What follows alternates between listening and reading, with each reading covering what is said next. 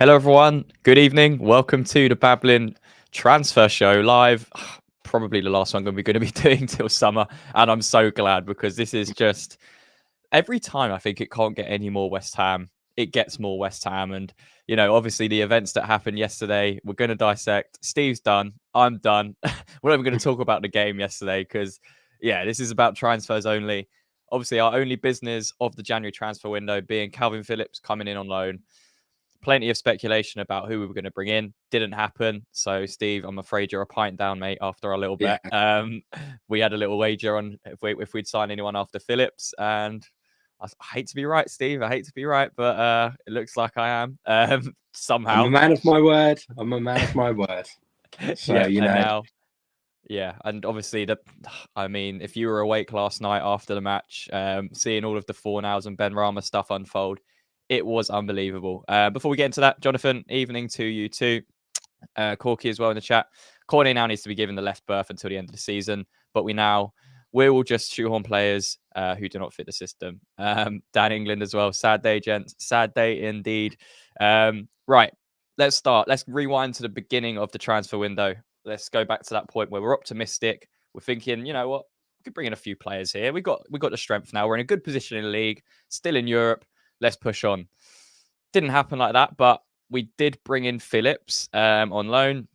We then tried to bring in Osman left wing. Didn't happen because of agent issues, which we'll get onto shortly. We then tried to bring in Jota. Again, tax reasons. So another strange reason involving a West Ham transfer. And then last night we had the Fornals and Benrahma situations unfold where it was just an absolute mess, absolute shambles. Let's start with that. Talk to me of how you were feeling about that, Slough. Let's start with the Benrahma news when it was stated that the transfer wasn't going to go through, and Leon were appealing it and being pretty public with their statement as well. Well, look, it's typical classy Leon, isn't it? They are the masters of the transfer. They just piss about when it comes to transfers. They always have done. And was part of me worried? No, I had the sort of image in my head of Homer Simpson when he tries to work from home, so he gets really fat, and he's just got the bird that is pressing the key, and like that's what I'm picturing our computer systems are like. So it was part of me thinking, no, something has just gone wrong. It's been a glitch. But as Leon released this statement, I was like, wow, they are either the most French people in the like entire country, just throwing their hands up and striking at anything, or there is legitimately something really wrong there. And the thing is, when you have David Sullivan in charge of the club, you genuinely don't know. It could well just be that the computer system's gone arse over tits, and that's what happened. But you can't rule anything out with David Sullivan. He's Mr. I will get a player from PSG instead. So there's the question now: was it a mistake? Was it intentional? I think we panicked. I think we tried to pull something off. I think we saw that game yesterday and Moyes thought, you know what, this ain't it. But then at the same time, would they do that so late when the transfer's been signed and stuff? I don't know. It could just be a mistake, but I don't know. I think there's something slightly more in that. But then it's also strange that the Fornals one didn't go through until today as well. Don't know what happened there, but yeah, the whole situation has just been a mess. We're now left with Cornet and Paqueta really as our left wingers, or in the case of last night, James Ward-Prowse, or even Calvin Phillips at certain points in the second half. So it's going to be a tough one. Before we get on, we're seeing evening lads, evening to you too. James, great show, guys. First time watching, subbed and liked. Appreciate it. Anyone who isn't subscribed, go subscribe. We're pushing to 2K subs in the next few months. Corky, love your analysis, guys. Thanks, mate. It hasn't been much analysis today, just ranting, getting things off our chest. Jonathan, we have the computer system as the UK post office. That is a great comment. And Artel as well. He's a regular watcher. Evening all, and how are we all? We are good, other than the fact that we are now left with, Paqueta, we don't know how long he's going to be out for. It's now coming out that he could be out for another 4 to 5 weeks. So Who the hell do we play left wing now, Sloth? Is it a fact of Cornet has to play because Moyes brought him on with what 4 minutes left of added time yesterday, 93rd, 94th minute? What is I that think about? I don't really understand what's going on with Cornet, because he's look, if you want to go into the rumor is that he got injured and he decided to use his own medical team, and there was a fallout with Moyes because of that, and that's what cast him out from the squad. Now, look, there are many ways you can look at that. However, I just can't get my head round putting your own ego first over the fact that, you know, he can add something to the team. He has added things to the sides he's been at, and there's no doubt he could do that at West Ham. But it's very difficult to talk about off the pitch conduct and how managers should react to that, because, you know, he's got a squad to run, and if you give someone an inch, they'll take a mile, as we all know in life. So what's to say that, like with Paqueta, you know, he apparently has now gone and moved towards his own medical team. What's to say now that there's a bit more trust with that approach to things? Cornet's not going to get a bit more of a run in. Look, that's probably me being optimistic. I'm trying to be very optimistic of the past 48 hours. Do you think as well it's more strange because we literally did not have any other choice really? He's tried to shoehorn two different players into it. He could have maybe left Ings playing in a number 10 role, because I thought he'd done well against Sheffield United. But Cornet's another that played against Sheffield United. You know, he got a goal as well. So if Paqueta's out for 4 or 5 weeks and you need someone to come in and make an impact, what is that going to do for his confidence again? It's just going to bring him back down again, surely, if he's bringing him on in the 93rd, 94th minute of a match. I think you've basically just got to say to him, look, the reason that I haven't played you is because I thought what you did, your conduct was unacceptable. But can you hold grudges? Can you hold grudges as a manager? Either that or sell the player. You don't just keep him on the bench and play him for 2 minutes. I think it's very difficult to comment on that, particularly when look at what Ten Hag's doing at Manchester United and how he's acting with players like Sancho and how he is acting with someone like Rashford and his conduct. It's modern football is so far removed from, you know, when we hear about the likes of Harry Redknapp's man management. You know, it's even in that short of a space of time, things have moved so far. And if you do anything that could be remotely controversial to a player now, then you risk both barrels from all angles. And look, are you surprised that, I know Cornet stayed? It looked like he wanted to move to Palace on deadline day, but we were like, look, we're getting rid of 2. We can't get rid of 3. That's where we draw the line, apparently. So when Fornals, Benrahma go in, were you surprised that we sanctioned those, given the fact that Paqueta could be out for another 4 or 5 weeks, maybe even more, maybe less?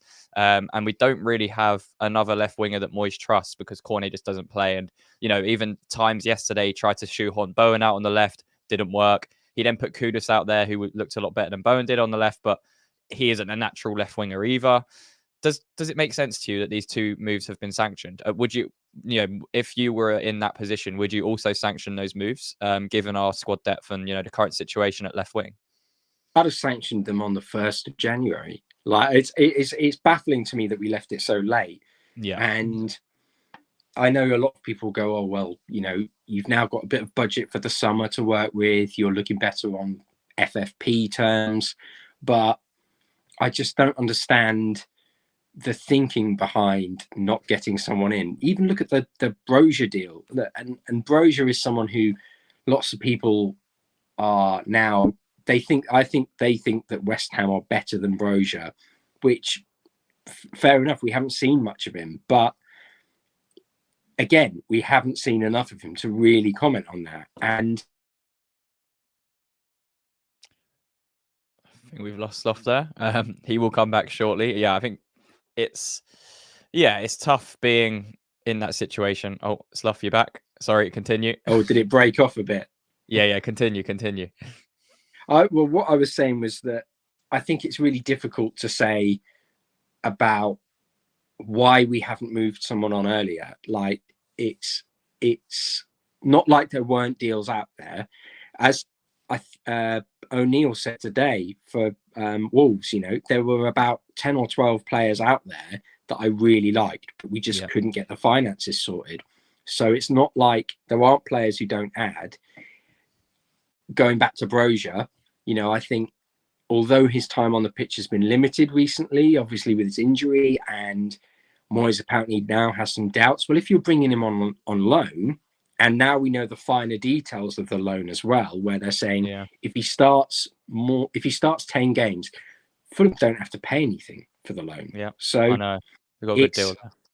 Yeah, and you look at the injury cover now, the injury situation, you think, well, and the sales situation, you go, he probably could well start 10 games if he finds form. So well, let's look at the overall look now of the squad going into the second half of the season, because it doesn't look great in terms of depth, because we've been in a situation before where we needed to push in Europe, we needed to bring in more players, but this is now currently how it looks. So in defense, we're kind of like we can scrape through it at the very minimum. I think fullbacks were okay, other than obviously Cresswell's not really match fit, so we're kind of relying on Emerson to play there. But then Ben Johnson can play left back if need be. But then you look in midfield right now. So Ward-Prowse, Alvarez, Phillips. You've then got Souček as well, who obviously played last night. But that's kind of it, because Paqueta's now playing forwards at left wing. So he's not really going to be a player that can occupy that space. Fornals maybe could have been that person as well if he stayed. And then you've got, again, Bowen and Kudus and, really only Antonio or Danny Ings as well in there that could probably be in this squad as well. So there's not a lot going on in terms of depth. If we get, again, if Paqueta gets another injury, or if we get more injuries to Kudus and Bowen, we're just going to struggle. We don't have the depth now to compete in the Premier League and the Europa League. Is that the main concern for you, that we've let these two players go in, Fornals and Benrahma, and even Kehrer early on in the window, and we just haven't replaced? We've done it in such a bad way, and there was so much talk about players will only leave once we bring in a replacement. These players will be allowed to leave once we've brought in that left winger. It didn't happen. So why have they then been approved on deadline day? After the fact of not signing a left winger. If you want to be really peak West Ham, I think you probably say there's a certain free agent who may well be looking to come in and have a short-term contract. I don't want that to happen. If you say the name. Yeah, I know. I don't want that to happen, and I think it would be a mistake. But he's a body, and he's, it's not something that I want. I don't really get the logic behind it, because it's really basic business at the end of the day. This isn't a game of chess. Football is not, well, if I go first and I go here and you have to react, and it's, people like to overthink and give the weight of the game far too much drama. It's cringeworthy at times, and at the end of the day, if you want a player, you go out and get them. Now, is it a case that Moyes thinks that there isn't someone out there who would add to us? Obviously not, because we saw that the entire recruitment team wanted Osman. So it's not a case of, there aren't deals to be done. There aren't players out there who we can get. We just need to be far more decisive and actually have an owner who is going to back us in the window. And that is the difference between someone like us and someone like Newcastle. I'm not going to go into the politics of it, because I've already spoken about my views on the Newcastle owners, but I think it would be remiss of me to say that a grotty little porn dweeb isn't the same sort of level, or isn't as morally questionable as someone who chopped up a journalist in a suitcase, supposedly. Like Right. this bloke isn't that much better given the links that he has. So Yeah. it's Well, I'm going to be very careful. Supposedly, allegedly, you know, allegedly. We're not allegedly, catching any strays on supposedly. the Babbling channel. Um, These are let's views of have. Sloth and not views of the Babbling channel. They do not represent everyone on Babbling. Let's have a look at some of the comments and then we'll dissect a bit more on that Osman deal because it was interesting to what happened and also the Jota deal. Let's take a look here. We're seeing back in the chat, in a window which we expected so much has ended in a complete disaster and embarrassment. Hard to disagree. Yeah. We got Mike as well here, watching from with his little one. I'm assuming DS wouldn't be able to negotiate that Brozier deal. You're not wrong. In regards to the player that Sloth just mentioned on a free transfer, don't you dare say the name like Beetlejuice. Juice, if you say it 3 times, he will appear. And then we've got Jonathan in chat. Candyman. Oh dear. Damien, hello. I've seen you in a few comments. Welcome to the stream. We've also got Espen saying, think Pablo and Benny got down on their knees and prayed to get away from Moyes. Wish them all the best. Absolutely. Something we need to touch on. Both of those players have been integral to our kind of transformation over the last few years in different senses. Obviously Fornals goal, Sloth, you'll remember that one being there at AZ Alkmaar last year. What a moment that was. He produced some really good moments in a West Ham shirt. He obviously scored the 2 goals against Southampton to get us into Europe in the first place. And yeah, he's just scored some really important goals. And then Benrahma the same, that penalty in Prague. He's also scored some important goals. And, it's a shame how that's worked out. Just touching on that before we get onto the Osman stuff. Fornals video, how upset were you? What's your feelings now on Pablo no longer being a West Ham player? I'm pretty disappointed because I think he's a player you look at and is incredibly skillful, very hardworking, not the quickest, but we've stuck him at left wing, and I do feel really sorry for him in terms of he's not been able to show his best in Claret and Blue. He has at times. We've only seen glimpses of it, but he's not been able to show it consistently. And I don't think that's his fault. It's a case of he's been played shoehorned out onto the left. And do I think he's, better than Paqueta? No, he's not. But do I think that rotation in the modern game is important and using someone like Fornals to help cover and alleviate the risk of injury to Paqueta is important? Yeah, I do. So yeah.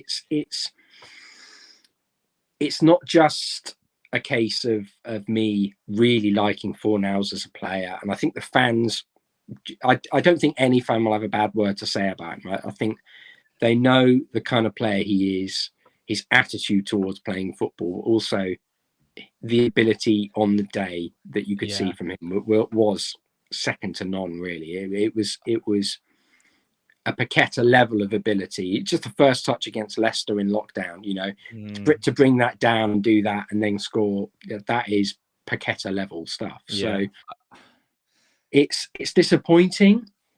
I can't say though, if I'm going to be super honest, these are players who I think add a lot to a squad if you're chasing top 6. I think if you're looking to progress and push, they're probably not the players that you're going to need long term. So yeah, I think also, I mean, we saw the stats of the impact of bench players or substitutions in the Premier League this season. I think we have maybe 1 or 2 goals. Mike's put it in the chat here. Yeah, I mean, the worry is if our XI is unable to do it on the pitch, our bench offers pretty much nothing. Benrahma's assist against Brighton being one, and Kudus' goal off the bench against Newcastle being the other. So as much as these players have been and have contributed to a lot of our success in the last few years, when they're stripped of so much confidence and match fitness, it becomes so difficult. And this correlates and is parallel with the fact that we use the least subs, or I think we use the least subs in the Premier League, and we make the latest substitution swaps as well. So I think yesterday was a prime example of that. It was more Moyes trying to, in the second half, he tweaked that system maybe 4 or 5 times. the only sub he really made, came when Phillips came off, and Kudus weren't even really given Cornet weren't really given any time at all. He was given 4 or 5 minutes at the end. So Pablo Fornals, someone who's been fantastic for us, struggled a bit in final third at times, could have been better, and I think he's just, again, he's kind of a victim of that kind of Moyes. Once you're frozen out by Moyes, or once you're not playing, it's very hard to get into the team. And you're when you do play in a match, you're required to do something that is pretty special to get back in. And I think that's the issue with substitutions and with these kind of fringe players. And it's why some very decent players will then go on to do very well. I have no doubt Fornals will do really well at Real Betis. I have no doubt that Benrahma could potentially do it at Lyon as well if he's given the freedom to play in a different role. I don't know, that one I'm less convinced on, but these were players that were brought in to change things. They changed things for a certain period of time for us. We're now trying to level up, and I think we have raised the level of the squad overall. You look at the likes of Paqueta, Kudus, Jared Bowen as well, who's been a mainstay since his arrival. Even players like Aged, very, very top level players just haven't. Again, it's getting that balance. But I think a good question I just saw in the chat was, are we in a stronger position now than we were before the transfer window started, in your opinion, with the arrival of Calvin Phillips? I think we're going to have a better bench once players are fit. I think at the moment we're not in a strong place. Like it's worrying stuff in terms of we don't know how long Paqueta's out for, and we are playing a weird system where James Ward-Prowse is a makeshift winger, and like it's strange. But I think if you look at the players we have, and I'm really hoping that Cornet is going to get a bit more of a chance, because he should fit the system. He's quick, he's skillful, and he will run at the defender all day long. So he should get a chance now to show what he can do. And if he keeps scoring, even against Sheffield United, he wasn't very good, but he scored a goal. And if he can go from there and keep scoring, then he's gonna either add value that we can get in the summer, or he's gonna maybe start to build himself back into the squad. And it's a long way back, but I think if he can prove himself before Paqueta comes back, and maybe even Antonio, because Antonio can play out wide, and we could potentially look to utilize that asset. I think you are looking at a potentially more suited Moyes side. But the problem is these gifts that Sullivan likes to give, or players that aren't necessarily Moyes players. And I got a bit of flack for this the other day when I was saying we've got a squad, but we've got a very mixed squad of players who aren't necessarily Moyes players. Yeah. Players who are injury riddled, or even potentially just don't suit how we play. So I think what we need to do is we're going to have a major rebuild in the summer. That is going to be the big problem, because going forward, if we want to push, and if we want a strong, in-depth squad, we need to add a lot more. Well, let's pull that back up. Let's take a look at the squad, because as you mentioned, that word of rebuild, I think we've said summer rebuild for the last 3 or 4 transfer windows now. We can't keep going through these big cycles of rebuilding. It has to be in a sustained way, because when we've tried to rebuild, a lot of the players now have even been shifted on, and we haven't really been able to keep those. Think of the likes of Skamaka, Vlasic, all these players that were brought in to be part of that rebuild aren't actually at the club anymore. But yeah, let's get the squad back up. Take a look. Here we are. So you've got this season. We don't know what's happening with Ben Johnson. The goalkeepers, again, they're kind of stuck for now. I don't see those changing. Ogbonna as well. Is he going to stay much longer? Cresswell, another one you'd probably argue would be leaving. And then you've got Souček as another one that could potentially leave. Antonio as well on that list. Danny Ings, who's not in this list. So quite a lot to rebuild in, what is going to be a very maybe transitional summer, especially with potential of a new manager. We don't know what's happening with David Moyes' contract as well. So much going on. And, you know, I feel like this was a chance to ease a little bit of that pressure from the summer by doing it now. Because we've already cleared out Fornals, Benrahma and Kera on loan in this window. We've brought in Phillips, which we said at the time was a decent move, but there needs to be more. There needs to be a left winger that we've been crying out for. Moyes has said it in, you know, interviews recently, saying, you know, we really wanted to get the left winger. It's a position we tried very hard for. We didn't try hard enough. You know, there was options there. There's always been options at left wing. You don't just get stuck on one player. We should have had a list of players that we can go and try and get. And we shouldn't be going into deals like Jota, who we know will be a difficult deal if we don't have the intentions of actually getting it over the line. That's my opinion on it. But I mean, yeah, let's go through some of these comments before we get onto some of the other stuff we wanted to talk about. Thomas saying Paqueta another 6 weeks, apparently. That would be hard. Richard saying Sloth believes in Cornet no matter the naysayers. Love that. Damien as well saying Divine Mubama and Cornet need to be impact subs when Paqueta is back. Absolutely. Again, Mubama not a player that was given minutes yesterday either. Mike as well saying weaker now than the start of the window. The biggest chance youth has ever had too. Could be the best opening for the likes of Skiles, etc.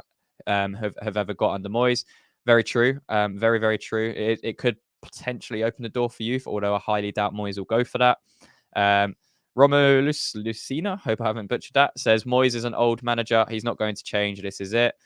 Yeah, I think we are kind of in agreement on that. I think we've seen enough over the last 4 years to know what type of manager Moyes is now and what he's going to do. Mike, again, every summer is a rebuild as the baseline of the squad is always poor. Very, very true. Thomas saying I think we need another 7 CDMs. Richard saying I agree. Without Fornals and Benny, we are weaker, no doubt. Jeff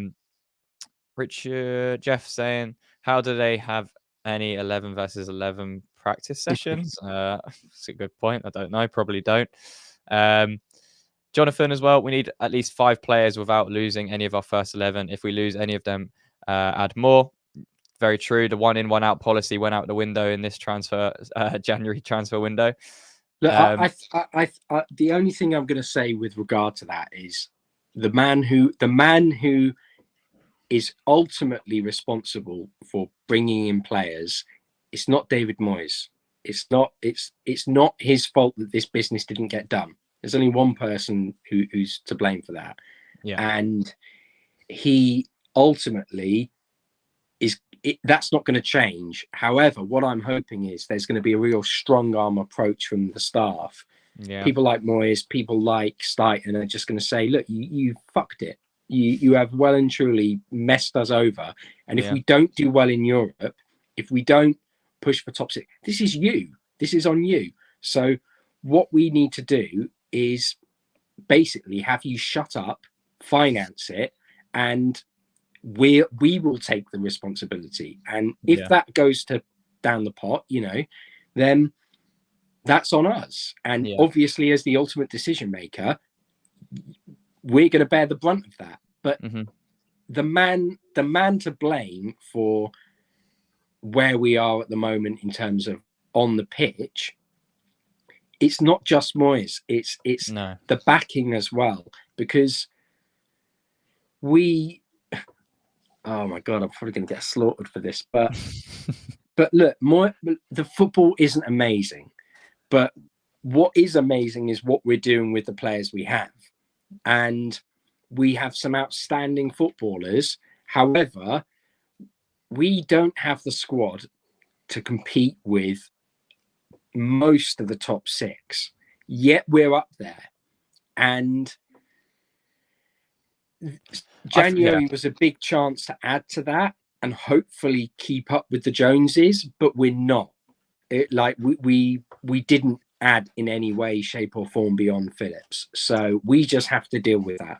And as I said, the man responsible for that isn't going to lose his job, because what's he going to do? Sack himself? Like he's it's unless he sells up, nothing's really going to change unless there is a strong arm approach from from people like Stuyton, Newman, Noble, and Yeah, Moyes. yeah, I agree. I think the Moyes blame for these type of transfers isn't fair. I think historically, people say he's had so much money to spend. I mean, at the start, he really didn't have that much. It's because of the success that he built initially is the reason why we were able to spend the money that we did in the first place. You think back to when he first came in. The signing was what, Jared Bowen and Souček in January, and they weren't necessarily 100% on him. I know we brought in Bowen, and then after that, that summer after that, it wasn't a lot. We brought in Kufau on along with Souček on a permanent, and there really wasn't much else going on. I think maybe Areola on loan. He's Just look at the contrast between the January window we've just had and the summer window, when we know that Stuyton and Moyes and Newman and Noble had a lot more say and a lot more backing. We had an excellent they got deals done, and I'm not even going to be one of those people who is just jumping on Stuyton's bandwagon. That was mostly Newman and Noble and Moyes. They deserve the most credit for that. So we know that when we have a proper recruitment structure, it works. But we regressed in this month because I think basically Sullivan just decided he was going to get involved. And he has completely and utterly flopped.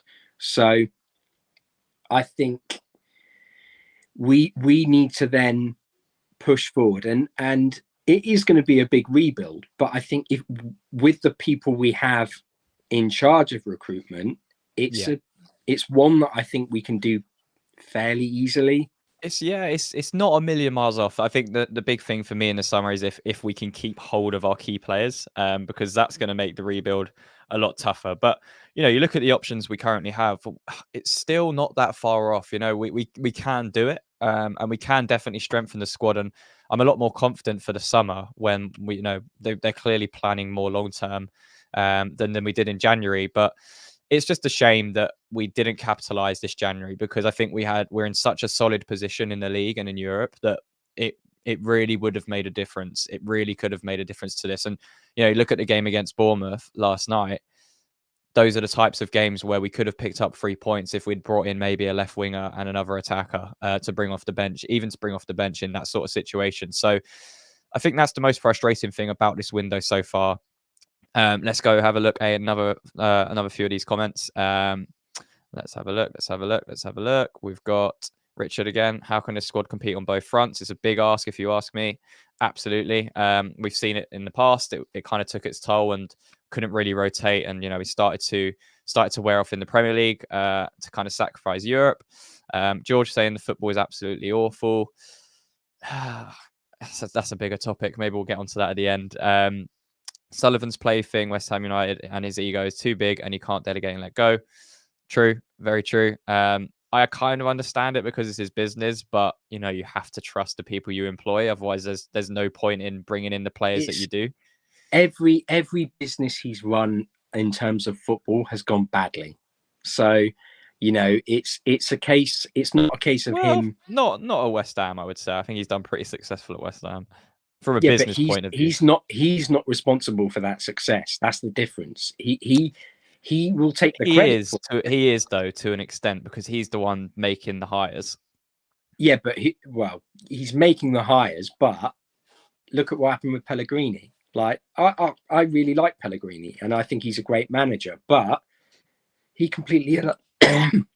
Sorry, yeah, that was the censor for what I was going to say. He completely messed it up.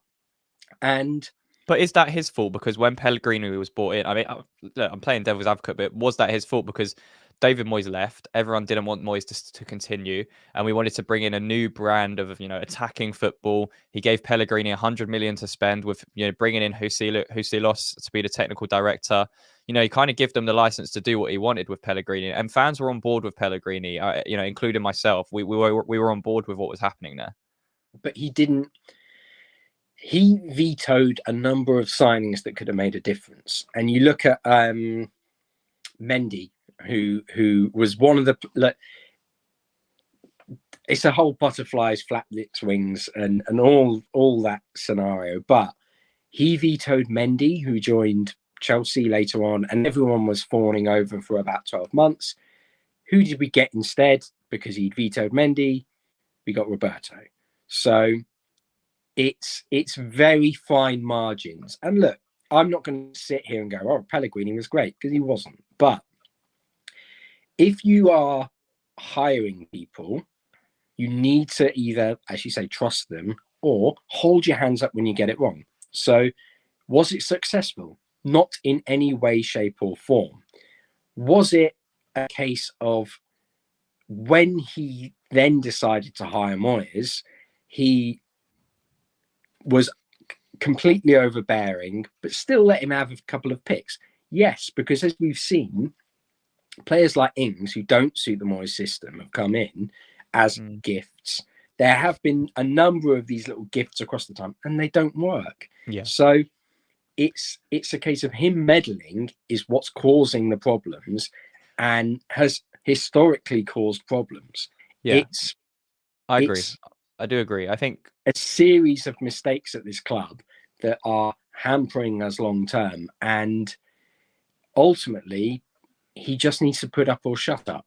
Yeah, no, I agree. I think he kind of hit the jackpot with bringing in Moyes again for the second time, you know, saving us in COVID, and the stuff Moyes was able to do in lockdown with the squad he had was a lot higher than any West Ham fan, you know, thought was going to happen, and you know what did happen and what's gone on to happen since then. So yeah, it's a difficult one. Obviously, Tim Steiden's been brought in. How much of the blame do you have to put on Tim Steiden for what's happened in this January transfer window? Because you know we brought in Phillips. A lot was said that he was quite influential in that signing, and you know saying look, you need to come here. He's a big part of Moyes' plans, and you know you've got Europe. You've got the summer tournament coming up for the Euros with England.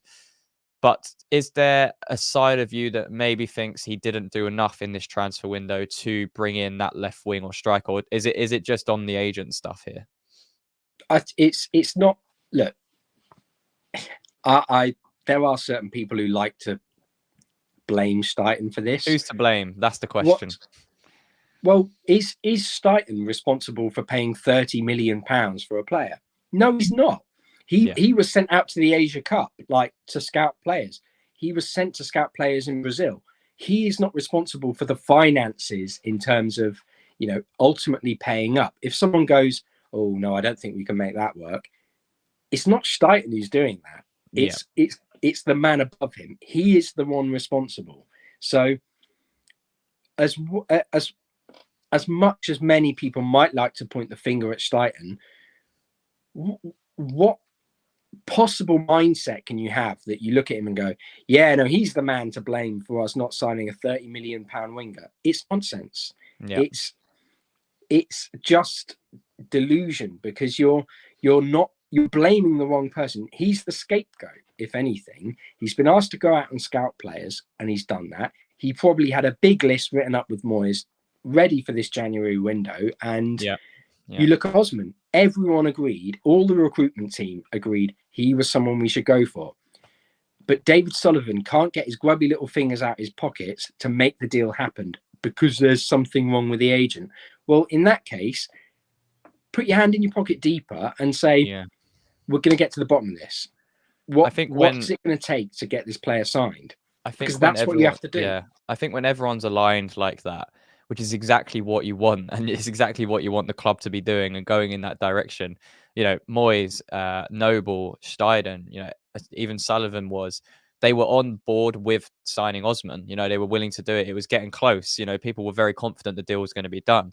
Suddenly he gets a little birdie in his ear telling him, oh, you're paying way too much money there, mate. And he bottles it. And he listens to someone who he trusts more because he's been around more. And it's a shame that happened, because you are in a position now where you've got a really good, you're starting to build a really good structure internally within the club, with Tim, with Noble, with, you know, all these, Rob Newman even, you know, and David Moyes as well, you know, being on that. But yeah, it's kind of frustrating because it's not even the fact that it was, you know, a random player. It was a player with pace. It was a player on the left wing. It was a young player looking to come into the squad, not the first 11, but the squad, to develop and build in the long term. and he's gone against that because of something someone said. And I think that's the most frustrating thing about what's happened in this January transfer window. The Jota one, they couldn't make it happen. Okay, fair enough. Financial reasons, stuff going on there. But then you have to be proactive. You can't, if you're going to say one in, one out, don't do the out if you're not going to do the in. So, yeah, there's a God. I'm just going to stop talking. But yeah, there's a lot that's gone wrong with this transfer window. Is there any positive to take that we've brought in Phillips, on loan with an option to buy in the summer?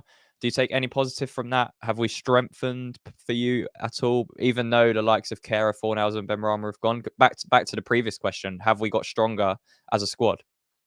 Look, despite the first 5 minutes yesterday, Phillips is a very good footballer, and he will bring a lot to the squad. I do think that he potentially could be injured, and we're going, oh God, what have we done? But fingers crossed, we're out the woods in that area, because when you look at the very small squad, we have got potential. If you look at someone like Souček off the bench, Antonio off the bench, Cornet off the bench, when Paqueta's back fit, those are 3 players who can hurt sides. So I think there is it's difficult. There is some optimism there. I'm trying to be as positive as I can, because I think we have royally messed up this January. And I say we, Sullivan has royally messed up this January, and he's potentially cost himself tens of millions of pounds because of it, possibly even 100 million pounds, because of the revenue streams that it could add, what it could mean in the future. And that's on him. It's so. Do you think the small squad size going forward is going to be difficult to manage? There's no two ways about that. But Moyes needs to look at this and go, I need to start utilizing the bench more, because if I don't, Paqueta's going to be out for another 6 weeks or whatever. He's going to pick up more injuries. That's just what happens when players play more games and they play to a higher intensity. They travel more for them, and they aren't rested. That's what happens. So unless we rotate more in, then I think it's going to be a really disappointing end to the season. If we can rotate and we can keep players fresh and bring players back, then we can have a really strong end to the season. And I think the finances that we've added this January, we could all look back and go, what a masterstroke. What a brilliant January that was. Yeah. Good question here. Yeah. That's going to be hard. Yeah. Good question here in the chat from Espen, saying, does Moyes actually want a big squad, though? It seems like he doesn't really know how to handle it, not comfortable in more than an 11 plus couple subs. I think that's also quite a valid point. We're talking about wanting strength in depth and wanting options off the bench, but do you think that Moyes is able to handle that? Because it seems like he gets an established 11 with the exception of 1 or 2 changes here and there. And that's kind of it. Imagine we had, a few other really high quality players in the squad. How would he be able to balance that? Because once he finds the first 11 that he likes and works well, it's very difficult for him to change that. And we might get to a point where we're bringing in good squad players, but they're just not playing. When has he been at a club that he has consistently had the backing to go out and sign quality players? Man United, I think you have to kind of disregard, because that was always a poison chalice. No one was going to back, really. He was handed Delaney right at the end. He wasn't really backed. So apart from the insane wealth that is Man United, he's not really been backed to the hilt, and he's done a good job with a budget. So look, he doesn't play the best football, and I'm not going to sit here and pretend like I'm his biggest fan, because I'm not. If you've watched any of our other videos, I'm not his biggest fan. I am simply making the point that he's never really had a quality squad in depth, and in his time at West Ham, that's been down to the recruitment structure and David Sullivan. And in his time at Everton, that's been down to Everton's finances. So he did really well with the Everton resources and players that he had. So I think it's kind of unfair if we're saying he likes a small squad and he's not going to do this, because we don't know. He might well, if we add well in the summer, you know, we get options that he wants and Stuyton wants, Newman and Noel want as well. We don't know. He might well start rotating players more, but you have to trust the players on your bench to be able to come on and make a difference to the side. And I'm sorry, when you have players like Paqueta and Kudus and Bowen, the drop down to what we've had has been absolutely massive. It's been night and day. So and those aren't his choices. You know, we all know that Sullivan was responsible for Benrahma. We all know that he wanted Benrahma, and you know, if Moyes had it his way, we'd have Eze. So you can't tell me that it's a case of it's proven. There's a track record there, because there's not. No, I completely agree. If you have any questions for the last 10-15 minutes of the show, put them in the comments and we will answer them for you. Let's take a look at a few of the comments going on as well. We've got quite a few here. Damien saying even our best youngsters are on loan. There are quite a few good ones out there. Daniel saying Stuyton has just faced the realities of working for his boss, and why would anyone good want to stay under those conditions? For once, I even have sympathy for Moyes. I completely agree. I think he, like Sloth said, he hasn't really been given that back into to build in a long sustained manner. He just hasn't been. So people will hide behind the figures, but they're not looking at the fact that the figures have been spent incredibly poorly, and it's not necessarily Moyes responsible for that. So I'm gonna defend him. Oh God. I think it's difficult because, you know, I don't want to get into the Moyes debate because it's every week, but you know, we are in such a good position still in the Premier League. Like, we are sixth in the Premier League. We're still in Europe again. You know, if you just look at the lot, like, I think he's just set such higher expectations. And yes, that's also because of the type of players we've brought in, and the players we now expect us to be performing better and winning matches. You know, Paqueta, Kudus, Bowen, Alvarez, you know, these are very, very high quality players. And, you know, you look at some of the teams we've not beaten this season at home, Palace, Everton, even Bournemouth as well, who are a good team. Bournemouth are a good team. And it's a game you should be winning at home, though, if you want to be pushing into Europe. It is, but that's what it is. It's a game that Bournemouth have had a fantastic run of things, and they have got a striker that we specifically wanted. So, you know, again, had David Sullivan gone out, put his hand in his pocket and said, you know what, I'm going to give you it doesn't always work like that, though. It doesn't always you can't just get everything you want. Well, yeah, of course, or else, you know, I'd be sat here with Dua Lipa on my lap, like talking about West Ham transfers. But it's sorry, my girlfriend, I love you lots. I'm making a joke. I'm going to be in the doghouse. Once again, the views of Froth do not represent Babbling. But Dua Lipa, if you're watching, you know, all right.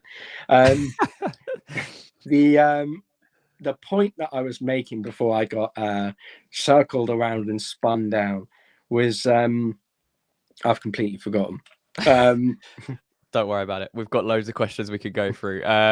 Let's have a look at some of the questions that come through. Corky, do you think we can consolidate top six, guys? Think we will struggle and finish 9th or 10th? Sorry. Don't apologise. It's your opinion. It's going to be tough. It's going to be tough because you've got Newcastle just behind us. You've got United. I've remembered.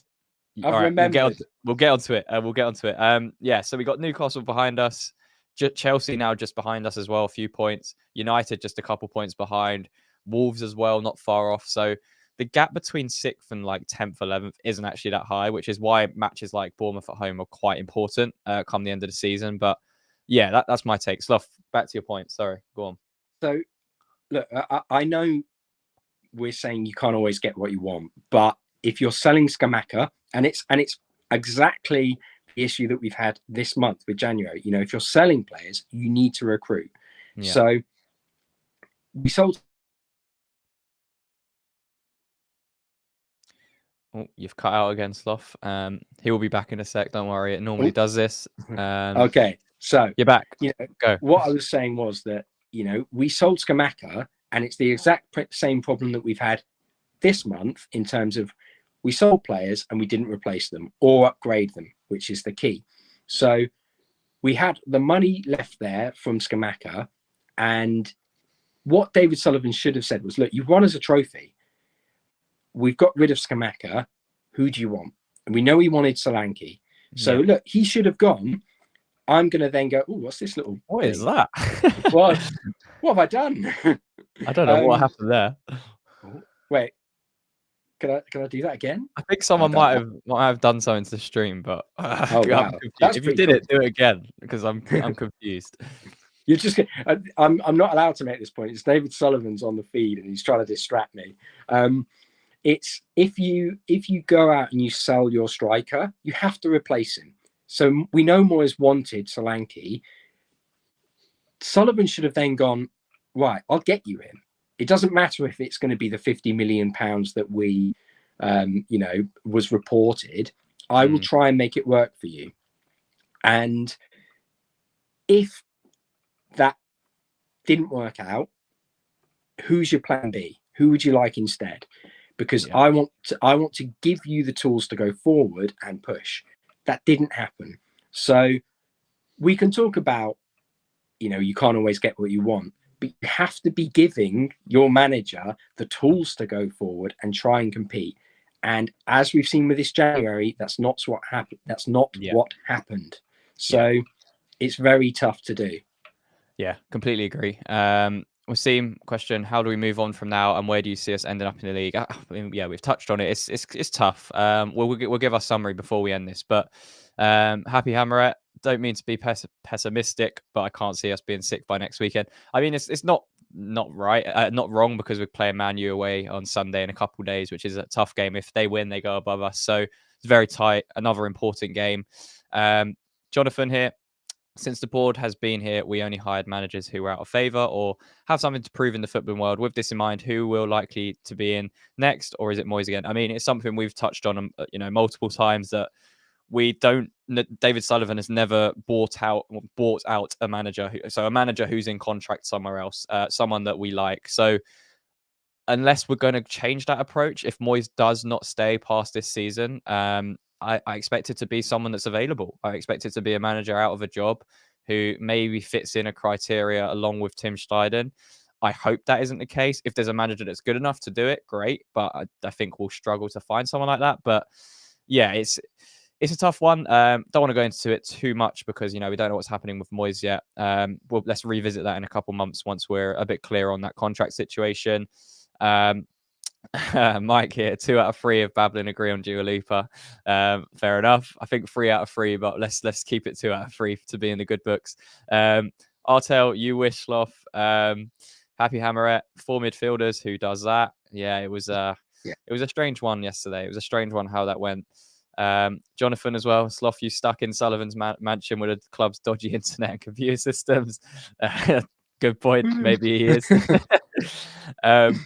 Richard B. Bros are on loan. End of season, no agreed fee. Where the F were we? Yeah, I mean, we touched on that earlier in the stream. It was a good chance because it's clearly a player Moyes liked before. It was his top target, 2 summer transfer windows ago. Yeah. So not sure what changed. Maybe the injury. Yes, it's hard to kind of see where that went wrong. Mike as well. Pellegrini was the only one we have paid for under DS. Yeah, true. Forgot about Pellegrini. Yeah, it's rare is the point. It's very rare. So lots to do. Let's round up this show. We've got 5 minutes left. How are we looking now, Sloth? What's your confidence? Let's give the transfer window a rating out of 10 overall, from your point of view, and how you see the second half of the season progressing. Do we have enough to finish in potentially top 8? Could be Europe this year, depending on other stuff.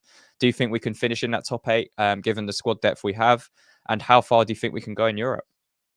I'm gonna say the transfer window is a 3. 3 out of 10. Yeah. My only reason for that is that the positive side is we got a player of Calvin Phillips quality in.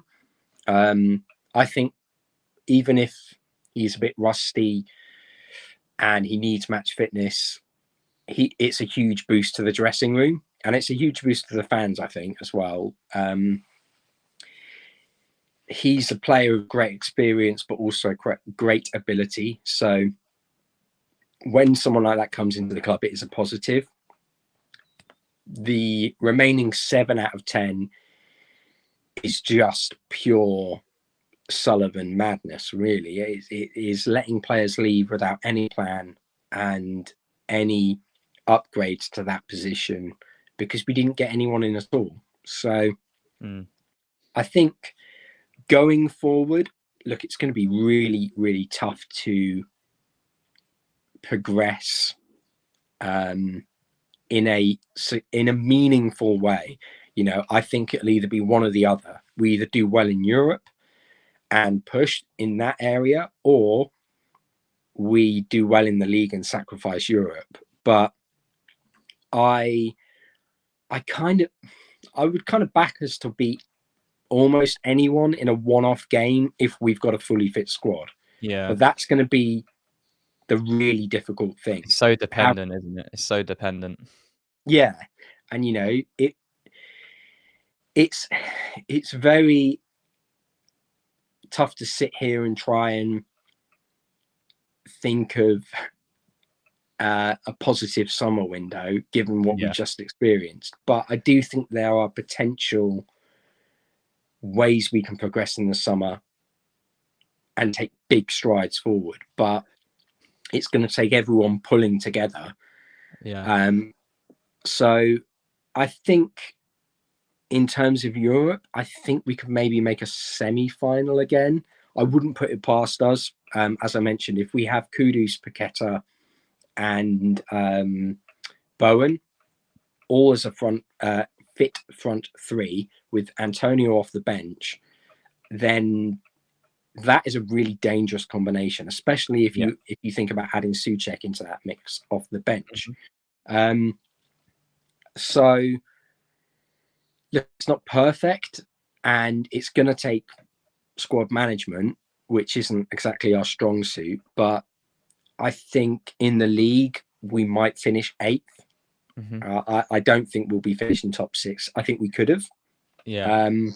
But I don't think we will be. But who knows what happens in Europa? If we get to the semi-finals, then on paper it's been a good season, but it's been a very disappointingly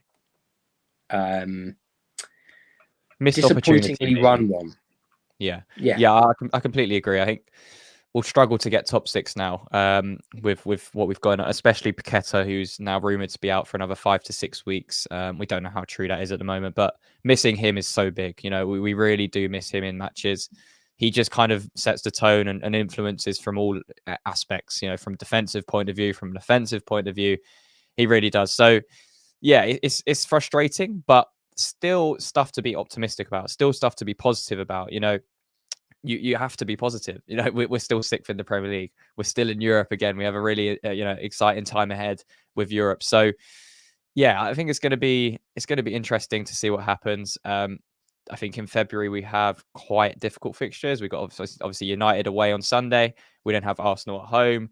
We then go to Forest away. We then have Brentford at home. And then we go into March where we play the likes of Everton away, Burnley home. So quite a mixed variety, but, you know, February's starting off very, very difficult with a trip to Old Trafford and then, you know, playing Arsenal at home. So plenty to go off. I'm pretty sure I'm in agreement. You know, maybe a 2 out of 10, 3 out of 10 for the transfer window. I think Phillips was a decent sign-in. I think it will take him. I think the only thing with that sign-in is he hasn't played much football at all, so it's going to take him time to get up to speed, which we saw yesterday against Bournemouth.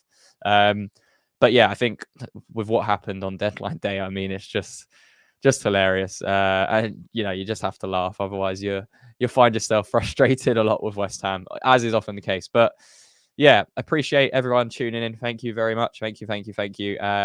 All the comments, all the likes, everything. Appreciate the support.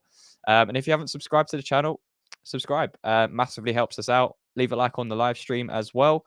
Final thoughts, Sloth, before we say our goodbyes. No, thanks for listening to me ramble. I think it's quite easy to get sidetracked, as I do many a time. But no, thank you for all the comments. And yeah, I've been trying to do TikToks, so I've been a slightly older, out of touch man, where I just look at this app and I go, blink, bloody hell, what's going on here? And I'm trying, but they're coming slowly. So I'm going to try and work on it. Yeah, I looked on the Babbling account and it just loads of Dua Lipa TikTok compilations. So I don't know what you've been watching, Sloth. Tune in next week to see what he's done on TikTok. Yeah, make sure to follow us on TikTok, guys. We're putting together some good stuff on there. Sloth's running that, which is great. And yeah, we're trying to build up our socials a bit more. Obviously, Twitter as well. Follow us over there. We are tweeting daily. Obviously, Mike's responsible for that. Here's a little plug: Twitter at Babbling Irons. And last plug from me: subscribe.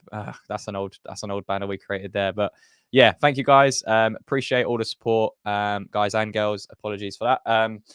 Yeah, make sure to subscribe, leave a like on the video as always, and we'll be back tomorrow with our Man United preview, and we're going to be doing a tier list of every David Moyes signing since he re-signed for the club, which will be a fun one as well. So yeah, appreciate the support, everyone. Thank you very much, and Sloth, until next time. Come on, you irons. Come on, you irons.